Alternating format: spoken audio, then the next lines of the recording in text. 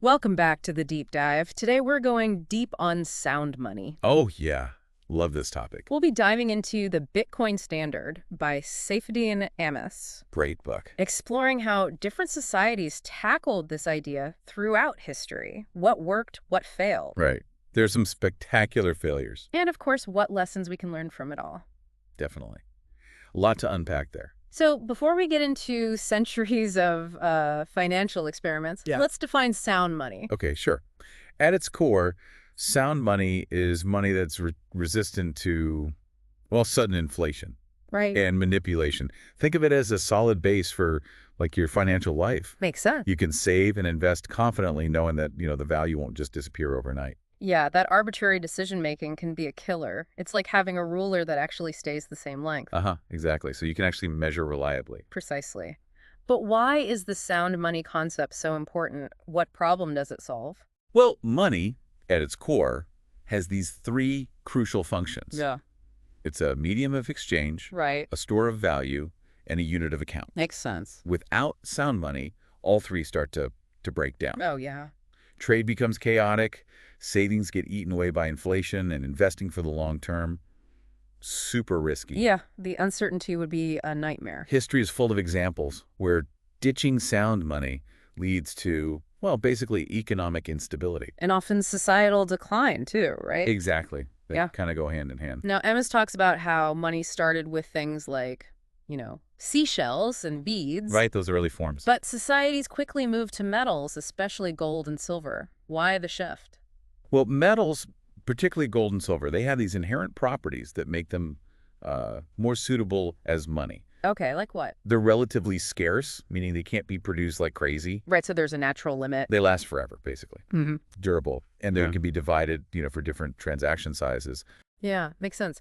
Amos uses this term stock-to-flow ratio to explain this. Oh, yeah, it's a way to measure how much of something already exists, like the Right. stock, compared to how much is produced each year, the flow. Okay. Gold has a super high stock-to-flow ratio. Meaning? The amount mined each year is tiny compared to what's already out there. Interesting. This built-in scarcity, Mm-hmm. it makes gold's price pretty stable. And that stability is, I guess, what makes gold so appealing as money. Exactly. It's reliable. So let's get into some historical examples.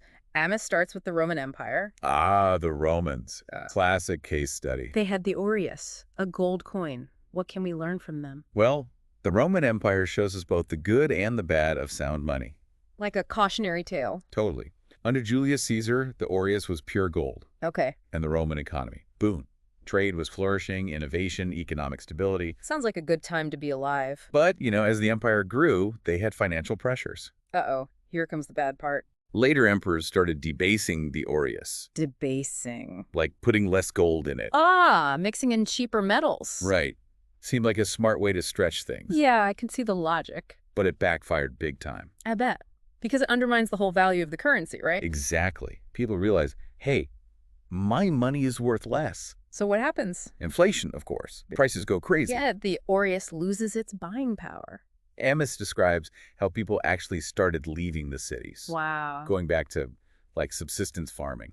Imagine that. A system so messed up, you'd rather grow your own food. It shows that when people lose faith in their money, they lose faith in the whole system. Yeah, the foundation crumbles. Exactly. It encourages short-term thinking. Just trying to survive. Right. Nobody's investing, innovating, or building for the future.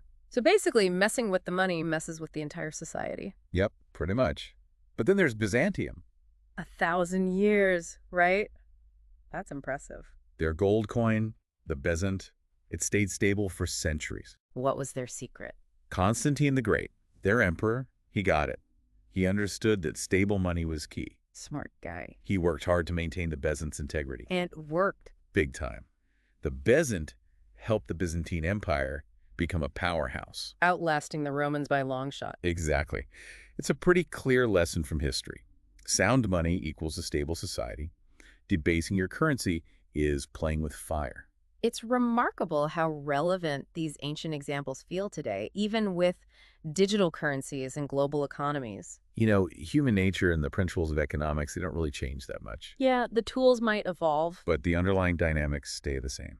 Now, Amos points to the gold standard of the 19th century as the closest thing the world had ever seen to ideal sound money. What made it so successful? Well, the gold standard, it allowed for international trade on a huge scale. Because everyone was playing by the same rules. Right. By pegging currencies to gold, it created like this fixed exchange rate system, provided stability, predictability. Businesses could trade across borders with more confidence. And that led to... Global trade boomed. Capital accumulation, economic growth, the whole 9 yards. So gold was like a common language for global commerce. Exactly. Made it easier for countries to work together, businesses to invest globally. But if it was so successful, why did it fall apart? Even the gold standard had its weaknesses.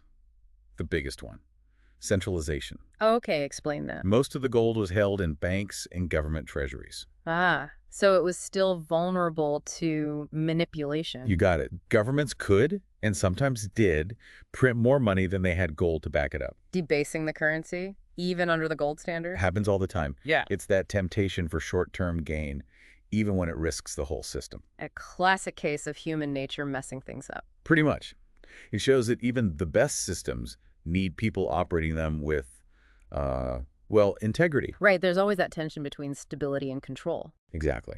And in the end, the gold standard couldn't resist those pressures. Governments wanted to control the money supply, and that led to, well, the era of fiat currency we have today. The system we all know and love. We can debate that another time. Yeah. But Amos argues that this move away from gold was a turning point, especially after World War I and II.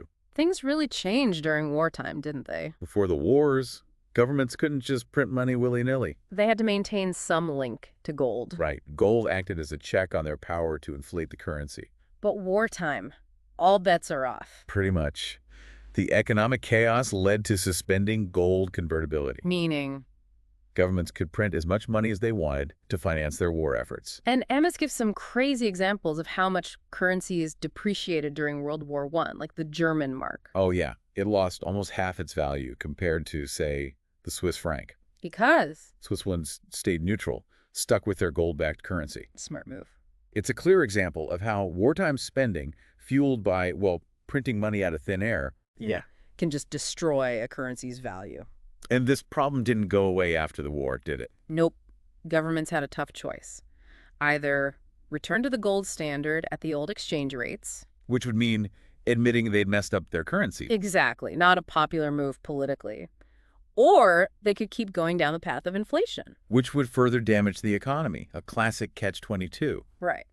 Admitting the problem hurts your credibility. But ignoring it makes the problem worse. Exactly. And, well, politics won. The gold standard was basically abandoned, and fiat currency, money controlled by the government, took over. It wasn't a sudden change, though, right? More like a gradual process sped up by the chaos between the wars and then, solidified during World War II. So after World War II, we got the Bretton Woods system. Right, where the U.S. dollar became the world's reserve currency, supposedly linked to gold. And other countries pegged their currencies to the dollar. Exactly. The idea was to create stability. But even with this supposed link to gold, governments could still manipulate things, couldn't they? Oh, absolutely. That built-in flexibility meant to be a good thing. It also created new ways to inflate currencies. And what we've seen since then is just like this constant increase in the global money supply.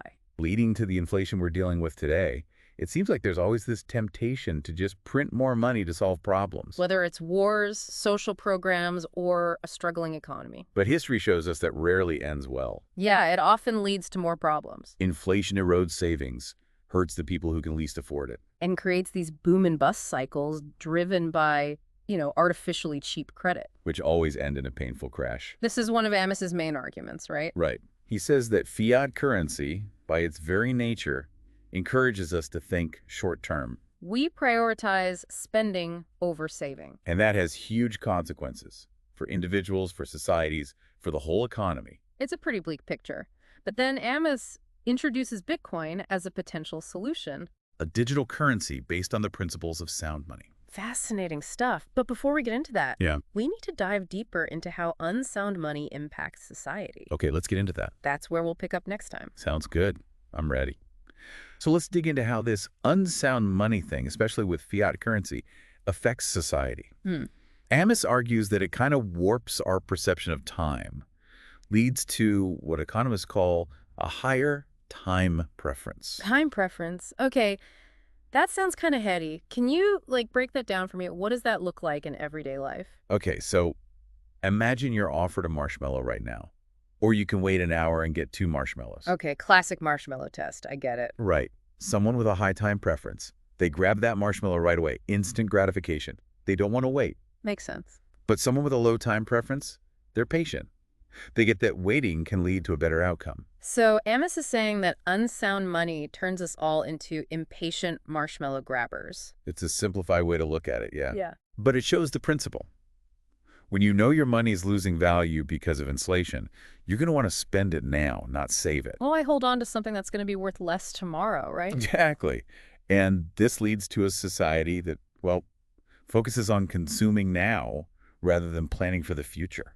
It makes me think of all those buy now, pay later schemes. Oh, yeah. It's like we're encouraged to go into debt for instant gratification. And that has big consequences for the economy. When people save less, there's less money available for investment. Less for businesses to grow, to innovate, to create jobs. Exactly. It can really stifle economic growth. It's like eating your seed corn. You feast today, but what do you have to plant for tomorrow? Perfect analogy. Yeah. And this ties into Amos's argument about capital misallocation. Okay, capital misallocation. Sounds like something out of an economics textbook. It basically means how resources are directed in an economy. Okay. In a free market with sound money, capital naturally flows to the most productive businesses, the ones creating real value. So money acts as a signal, guiding resources to where they're best used. Exactly.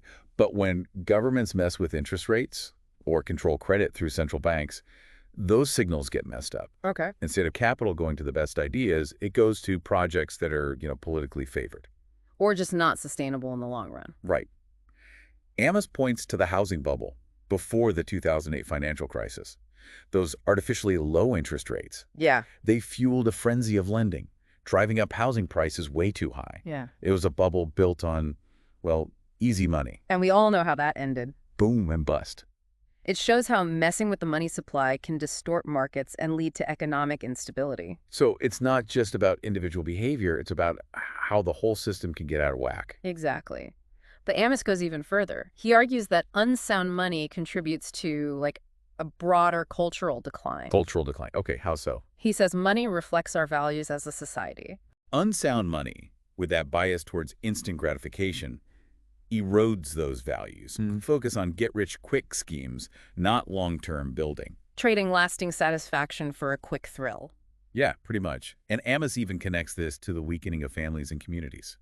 Okay, that seems like a stretch. How does money play a role in that? His argument is that government welfare, often funded by printing more money, creates a dependence on the system. It disincentivizes people from working, saving, investing in their families and communities. So it's not just about the money itself, it's about the ripple effects it has on how we think and act. It's a complex issue for sure. But it shows that economic policies can have unintended consequences that go way beyond just, dollars and cents. Totally. Messing with money can have huge impacts on society. It affects how we behave, how we structure our families, the values we prioritize. It's pretty profound when you think about it. Absolutely. So Amos paints a pretty dark picture of unsound money. But he does offer some hope, right? Yeah, Bitcoin. This digital currency designed with the principles of sound money in mind. Right. But before we explore that revolution, let's talk about how Bitcoin actually addresses these problems. Okay, let's do that. Bitcoin is often called digital gold. How accurate is that comparison? It's pretty apt in many ways. Like gold, Bitcoin has a fixed supply. Only 21 million Bitcoins will ever exist. Okay. That built-in scarcity makes it potentially resistant to inflation. But unlike gold, it's purely digital, and it's decentralized. Meaning? No government or central bank controls it. That's a big difference. It is. Bitcoin is governed by math and code, not politicians. Okay, I'm starting to see why this is such a big deal. It's a fundamentally different approach to money. But Bitcoin is still pretty new. Can it really challenge the global financial system as we know it? It definitely faces challenges. Scalability, regulations, price volatility, you name it. Right. But its principles align with sound money in a way that fiat currencies just can't. It embodies digital scarcity. And this scarcity challenges the idea that resources are limitless, which Amos says has been distorted by fiat currencies. Exactly. Think about it. When governments can just print money, it creates this illusion of endless resources. Like a magic money tree. Right. But the truth is, the most scarce resource is human time. We only have so much of it. And how we use our time determines the real value of everything. Exactly. It's like we've been living in a fantasy world where money is everything. But Bitcoin, with its fixed supply, forces us to confront the reality that resources are finite, including our own time. Right. It's a wake-up call. So Bitcoin isn't just about money, it's about our relationship with time. In a way, yes. Unsound money encourages us to focus on the short term. Spend it now before it loses value. But sound money, like Bitcoin, encourages a longer-term perspective. Exactly. Save, invest, build for the future. Because you know your money won't be constantly devalued. Right. And that's why Amos believes Bitcoin could be what the economist Hayek called a sly, roundabout way to bring back sound money, but outside of government control. Wow, that's a powerful idea. It's like this technology, Bitcoin, could unintentionally reshape the whole financial system And our relationship with governments. and even our relationship with time itself. This is getting pretty deep. But before we get too philosophical, let's move on to the potential impact of Bitcoin on society and governments. Okay, let's explore that. It's where things get really interesting. Okay, so we've talked about the history of sound money, the problems with unsound money, and now this idea of Bitcoin as a potential solution. But let's be real, widespread adoption of Bitcoin, that's a big if. Oh, absolutely. It's not a done deal by any means. There are technical challenges, regulations, the whole inertia of the existing system. Yeah, it's a huge uphill battle. But what makes Bitcoin so interesting, as Amos points out, is that it's a totally different approach to money. It's sound money, but for the digital age. It's like taking those old principles and reimagining them for the internet. So let's break that down. What are those core principles of sound money, and how does Bitcoin, this digital currency, actually embody them? Well, we've talked about scarcity, durability, divisibility, portability, recognizability, and fungibility. Those are the key characteristics. Right. And Bitcoin, even though it's digital, it actually checks all those boxes. Its supply is fixed, capped at 21 million. That ensures scarcity. Okay, like digital gold. Exactly. But then there's the cryptography, the tech behind it, that makes it super secure and durable. So it can't be easily counterfeited or destroyed, Right. And it's divisible into tiny units called satoshis. allowing for microtransactions. Yeah, like paying for, I don't know, a single article online Interesting. And it's obviously portable. Since it's digital, you can send it anywhere in the world. instantly, pretty much. So it's like Gold 2.0, a digital upgrade. Yeah, you could say that. Yeah. But Bitcoin goes beyond just replicating gold in a digital form. Okay, how so? It's decentralized. No central authority controlling it. No government, no central bank. So no single point of failure, Yeah. no one to manipulate the supply or censor transactions. Exactly.